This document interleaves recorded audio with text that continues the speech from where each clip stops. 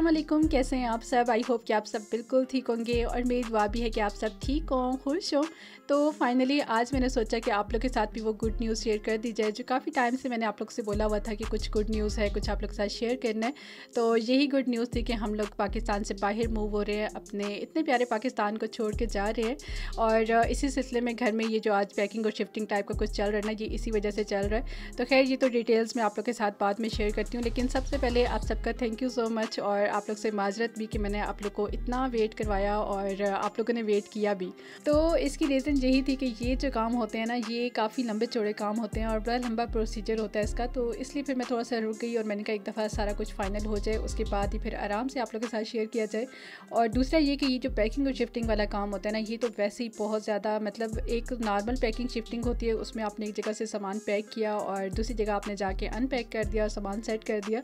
लेकिन ये जो पैकिंग और शिफ्टिंग थी ना, ये तो किसी और ही लेवल की पैकिंग शिफ्टिंग थी। और फिर ये जो एक कंट्री से दूसरे कंट्री में मूव होने वाला काम है ना, ये तो वैसे ही बहुत ज़्यादा, मतलब फिज़िकली और मेंटली तो स्ट्रेसफुल होता ही है, लेकिन इमोशनली भी ये चीज़ बहुत मुश्किल होती है। और आई थिंक जिस पे गुजरती है वो इसको अच्छे से समझ सकते हैं। आप लोगों में से जो लोग भी पाकिस्तान से बाहर होंगे वो इस चीज़ को अंडरस्टैंड कर सकते हैं। और क्या कहा जा सकता है इस बारे में, कोई अल्फाज नहीं होते।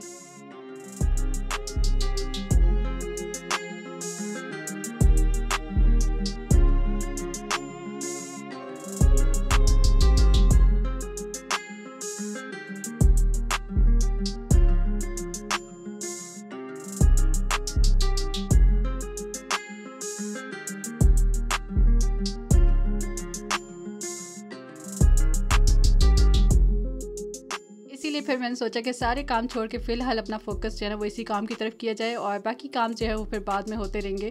तो यूट्यूब पे भी मैं कम व्लॉग्स वगैरह अपलोड करती, बहुत टाइम से मैं एक्टिव नहीं थी, लेकिन इंस्टा पे जो है कि वहाँ पे फिर भी मैं स्टोरीज़ वगैरह कोई ना कोई लगाती रहती हूँ, आप लोग से बात होती रहती है।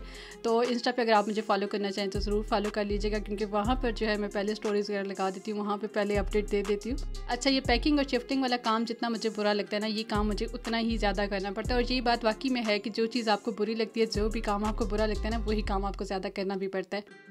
तो लास्ट टाइम अभी जब हम लोग इस घर में शिफ्ट हुए ना, तो उस टाइम भी जब मैंने वीडियोस अपलोड की तो कुछ मुझे इस तरह के कमेंट्स आए कि आप लोग इतना ज़्यादा शिफ्टिंग क्यों करते हैं, आप लोग इतना ज़्यादा घर क्यों बार बार चेंज करते हैं। तो आई थिंक शिफ्टिंग और पैकिंग जितना मुश्किल काम है ना, कोई भी अपने शौक़ से बार बार इस तरह से नहीं करेगा।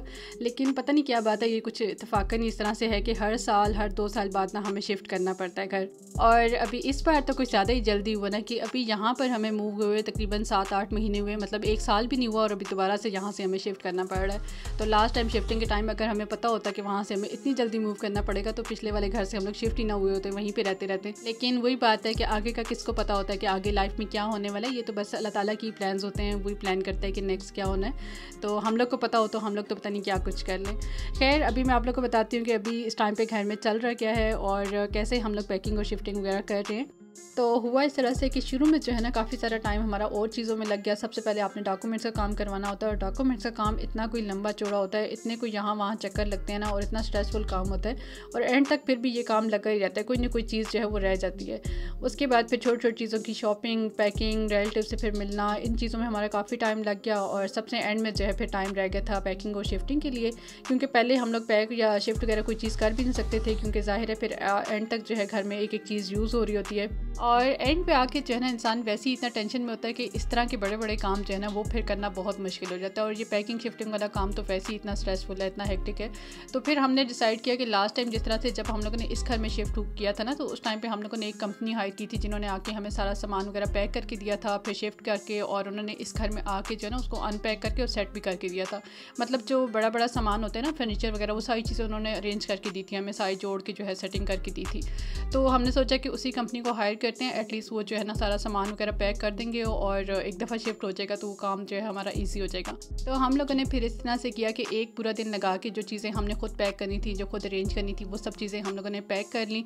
मतलब जो छोटी छोटी चीज़ें होती है ना, ड्रॉर्स वगैरह की और कबर्ड्स वगैरह की चीज़ें, वो सब चीज़ें हम लोगों ने पैक कर ली, क्योंकि एक दफ़ा जब सामान शिफ्ट होता है ना, पैक हो जाता है, तो फिर वहाँ से चीज़ें ढूंढना बहुत मुश्किल हो जाता है। फिर एक एक बॉक्स सारी चीज़ें खोलनी पड़ जाती हैं। तो इसलिए फिर जो चीज़ें हमें चाहिए थी, जो खुद हम लोगों ने रखनी थी, वो सब चीज़ें हम लोगों ने पैक कर ली अपनी ड्रॉर वगैरह की और जो कबर्ड की चीज़ें थी, मतलब सारे जो कपड़े वगैरह थे ना, उनको जिस तरह से मैंने अरेंज किया, इतना कोई टाइम लग गया था, इतने ज़्यादा कोई कपड़े थे।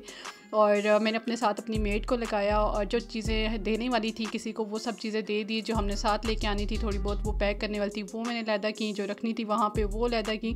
मतलब डिफरेंट ना सेक्शन बनाने पड़ गए थे, वरना तो ये होता है ना शिफ्टिंग में कि एक साथ चीज़ें सारी डालो और मतलब शिफ्ट कर दो और भेज दो सामान। लेकिन ये जो शिफ्टिंग थी इस दफ़ा की बहुत ही कोई मुश्किल अलग ही लेवल की शिफ्टिंग थी। और ऊपर से फिर एक एक चीज़ निकाल के सेल करना, किसी को देना, वो चीज़ें जो आप यूज़ करते रहे हो, वो घर जहाँ पर आप रहते रहे हो, तो वहाँ से जाना, मतलब चीज़ों के साथ भी जो है ना इमोशनली अटैचमेंट हो जाती है और उनको छोड़ना फिर काफ़ी मुश्किल हो जाता है। तो वो चीज़ भी एक अलग जो है ना वो थोड़ी सी मुश्किल थी।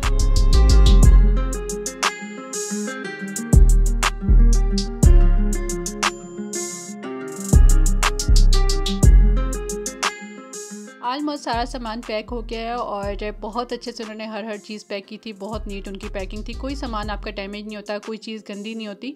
और 4-5 बंदों की टीम थी तो किया भी उन्होंने काफ़ी जल्दी था। तो बस अभी किचन की थोड़ी बहुत चीज़ें रह गई क्योंकि किचन जो है ना वो एंड टाइम तक यूज़ हो रहा था, खाना वगैरह भी उन्होंने यहीं पर खाया था। और मैंने राइस जो है ना कल ही बना के रख लिए थे क्योंकि मुझे पता था कि आज के दिन में ना हमें खाना खाने का टाइम मिलना है और ना ही खाना बनाने का टाइम मिलना है। और यहाँ पे मेरी मनी प्लांट अभी तक पड़ी हुई है जो कि मेरे दिल के बहुत करीब है और मैंने सोचा है कि इसको साथ लेके जाऊँगी, देखते हैं अब क्या होता है।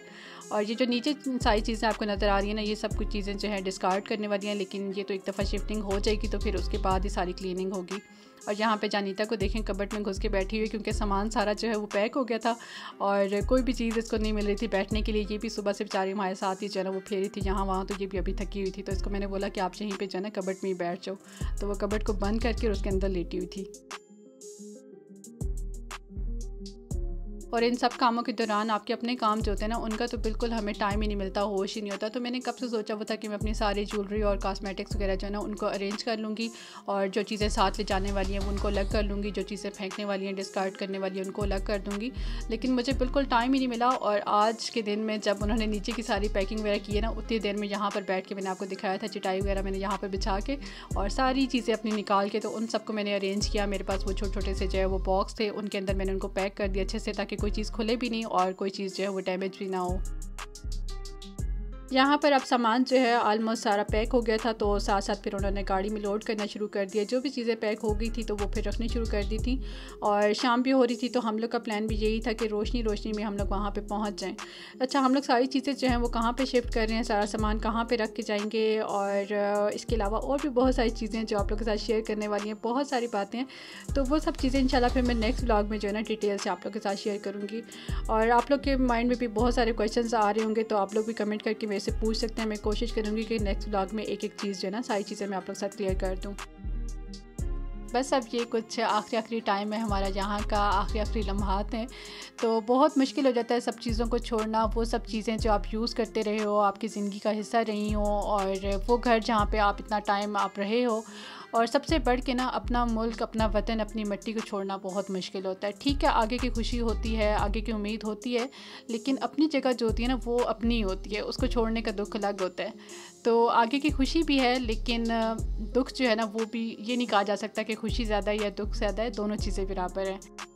तो यहाँ पर अभी मैं ऊपर आ गई थी क्योंकि नीचे वाला सामान जो है वो अब वो लोग उठा रहे थे और यहाँ पर मैं सूरज को डूबते हुए देख रही थी तो कुछ ऐसे लग रहा था कि सूरज डूबने के साथ साथ जो है ना कुछ और भी डूबता जा रहा है। लेकिन खैर जब सूरज डूबता है, सूरज ग़रूब होता है तो नेक्स्ट डे जो है सूरज तुलू भी ज़रूर होता है और इसी उम्मीद पे दुनिया भी कायम है।